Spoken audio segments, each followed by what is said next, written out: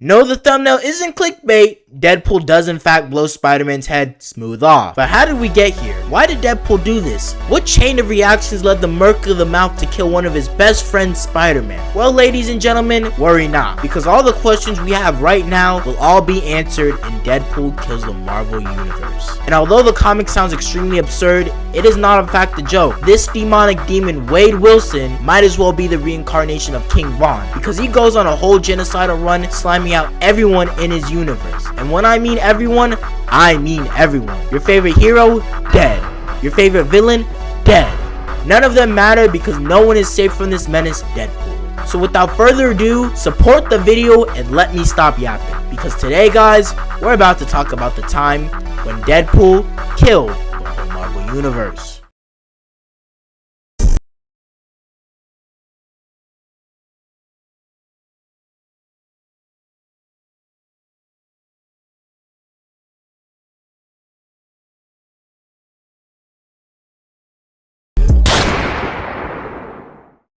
Meanwhile, on Earth 12101, the story begins with the Fantastic Four being completely laid out, beaten like a bunch of ants. And I'm sorry, before I can even continue, I can't take this scene seriously. Because why does Reed look like that? Ew! Face looking like some walkie slush. That thing bleeding, B. But while Reed is close to being dead, he tells Sue that whoever defeated the Fantastic Four also stole something, and Sue asks what was stolen. But with Reed being nearly dead, he doesn't answer it. And with the last words Reed could spill from his mouth, he tells Sue that they sent their kids, Franklin and Valeria, to the negative zone, where they can't be hurt or touched, making sure to seal them away for good from whoever defeated the Fantastic Four by destroying a portal.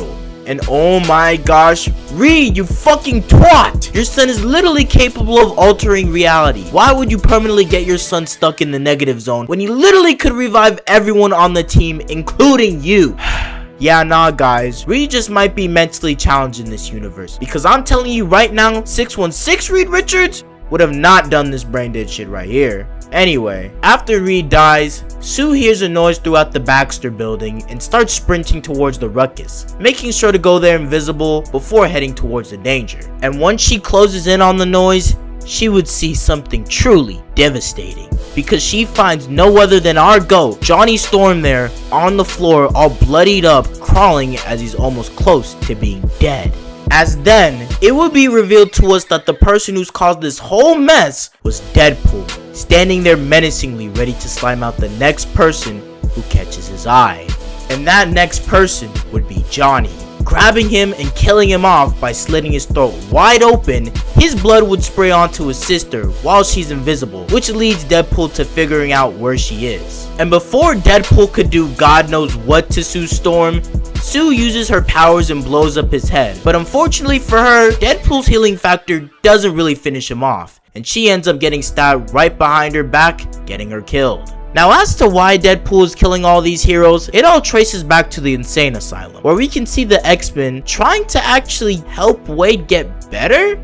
Huh? Now, if you guys don't know, the X-Men do not fuck with Wade Wilson like at all. Anytime they get the chance, they treat this man like straight garbage. But strangely enough, in this reality, they actually want to help him and fix his mental state? Like, that's kind of just weird. But anyways, after being brought into the asylum, Professor X greets this doctor named Dr. Bryden, and even though Dr. Bryden's methods of fixing his clients may seem a little unorthodox, there is a certain guarantee that he'll have a successful rehabilitation for Deadpool. So throwing this man into a room, Dr. Bryden states that Deadpool is a trained killer, skilled in all manners of armed and unarmed combat, and has a capacity of regeneration that damn near makes him unkillable. But it's his inability to focus and his insistent jabbering and yappering that makes him such an incredibly inefficient killer.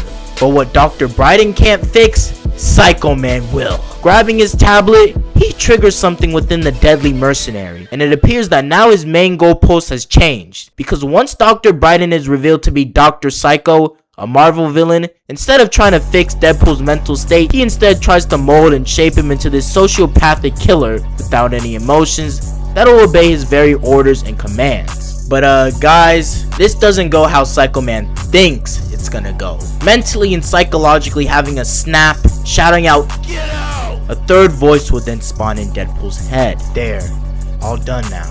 Hello, Wade. done? Doc, you might want to get a second opinion.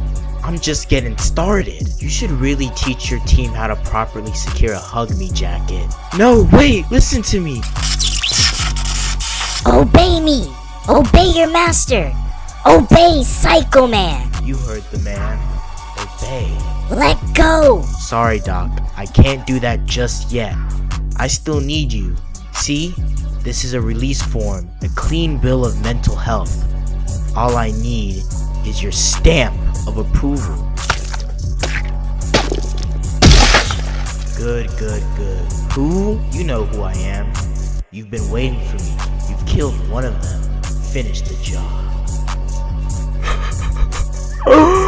Oh my gosh, guys, we are so cooked. Not only did Psycho Man mess up at making Deadpool his henchman, he straight up broke this man. Now Deadpool's about to go on a killing spree, and his first few victims are actually the Asylum prisoners, and they're begging him to set them free.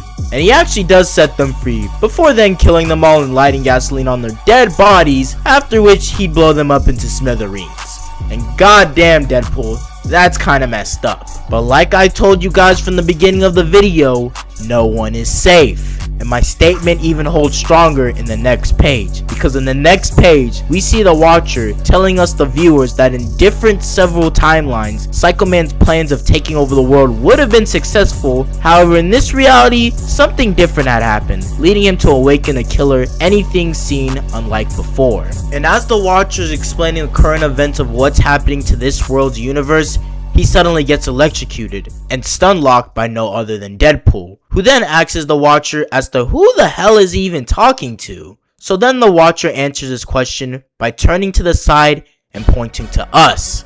Yes, us. Me making this video and you, the viewer, watching this video. And so when Deadpool figures out about, well, us, he slices the head off of the Watcher, saying that we should keep our eyes peeled for what happens next, because we're about to see this whole world's reality burn down to the ground. And good heavens, this is literally the first issue of Deadpool Kills the Marvel Universe, and Wade has already stacked around 8 bodies in the first comic. And his ass is just getting started, because going to New York City, we see Deadpool fighting it out with Spider-Man in the middle of the air. And I'm just gonna be straightforward with this, but Spider-Man pretty much dies in the encounter. But the way he dies has to be one of the most stupidest shit ever. Ouch, that's gotta hurt. Good thing you have that healing factor of yours, which is more than can be said about all the people you slaughtered. You're lucky I'm not you. You're lucky I don't kill you for what you've done. Am I? Do you think they would let you break character even if you wanted to? What? I don't want to hear any more of your banter, okay? You stole the whole Merc of the Mouth routine from me, you know that, right? And your slice and dice routine hasn't served you well so far, so forget threatening to gut me. You're right, I'm not going to cut you. Spider-Man no more, huh? You know what all those better psychopaths you were bragging about should have tried? A gun. Now before I even spout out what I'm about to say, I'm gonna give you guys a quick quiz as to explain to me what is obviously wrong with this scene. Is it A, Deadpool and Spider-Man are fighting? B, Deadpool has a gun? C, Miles Morales isn't there? Or D, Spider-Man's Spidey senses did not activate? Here, I'll give you 10 seconds.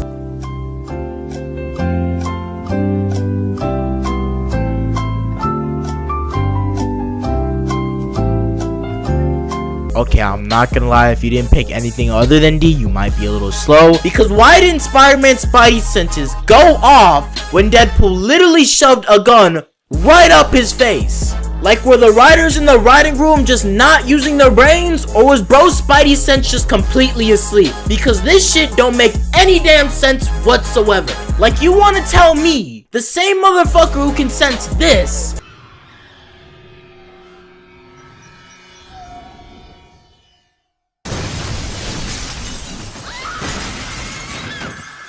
isn't capable of detecting a gun that's literally about to shoot in his face? Like, what? Anywho, after Deadpool kills Spider-Man, we cut back to the Avengers discussing about how Wade effectively wiped out a good portion of the Avengers roster. Luke Cage even states himself that he's already taken out Black Panther, Tigra, and Iron Fist. So what we're looking at right now is essentially what's left of the remaining members. So now as they plan their next course of action, Jarvis pulls up and tells the Avengers that Hank Pym is missing, and apparently all of his Pym particles have been stolen by someone. And as Wolverine begins to sniff the area out, he realizes who Deadpool's next targets will be. Suddenly, with the use of Pym particles, a massive amount of ammunition and explosives would begin to enlarge and would eventually detonate, causing a gigantic explosion that would take out Steve Rogers, Tony Stark, and a select few other Avengers that were at the meeting table. Moving forward from the explosion, we see Luke Cage emerge from the rubble and debris, telling the deadly mercenary that he's gonna need more than a few bombs if he wants to take down someone with unbreakable skin. But Wade already figured out on how to deal with someone like Luke. He already knew that it's impossible to damage somebody with high durability, but internally speaking, that's a whole different story.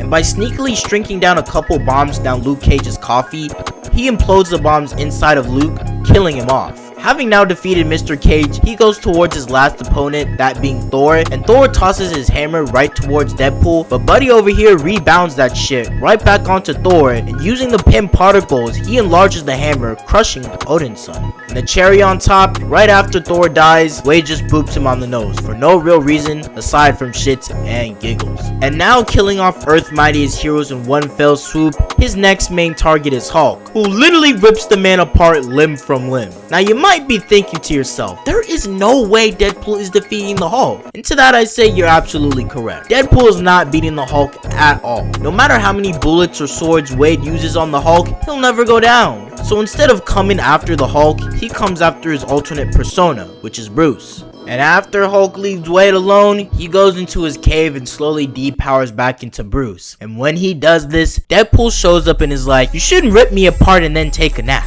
You wouldn't like me when I've been ripped apart. And then respectfully takes this man's head off. And you know what? I won't even lie. Even as a Hulk glazer, I will admit that was kind of badass. Anyways, after killing off the Hulk, we go to see Aunt May and Mary Jane and a couple of these other guys here offering a decent portion of monetary items to the assassin known as Taskmaster. In exchange, they want Deadpool dead. But let's be serious, Taskmaster ain't killing Deadpool. Anyways, with that being said, that concludes this video. Make sure to like and subscribe, and also Immortal Hulk is coming soon, so stay tuned for that. Anyways, I'ma go now. Peace.